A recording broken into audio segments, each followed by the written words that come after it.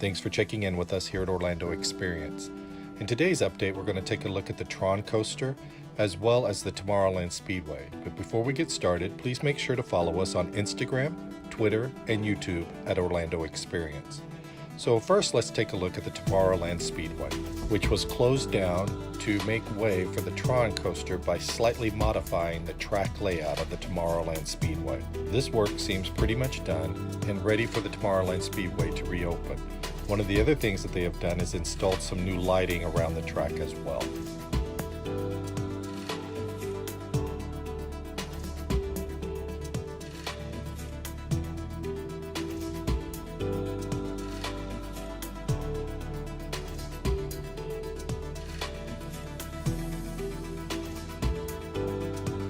So the big new addition for the Magic Kingdom for Walt Disney World's 50th anniversary in 2021 is a Tron coaster.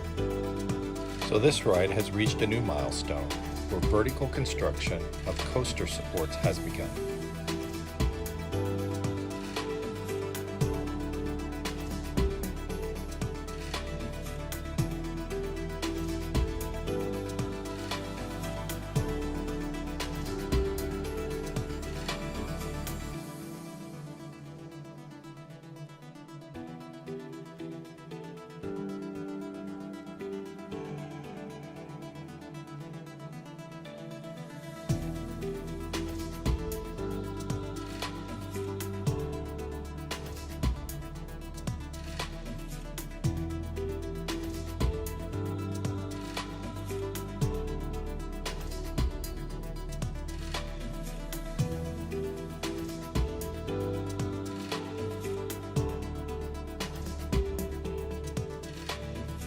Finally, let's take a look at the refurbished Casey Jr. Splash and Soak station located in Fantasyland.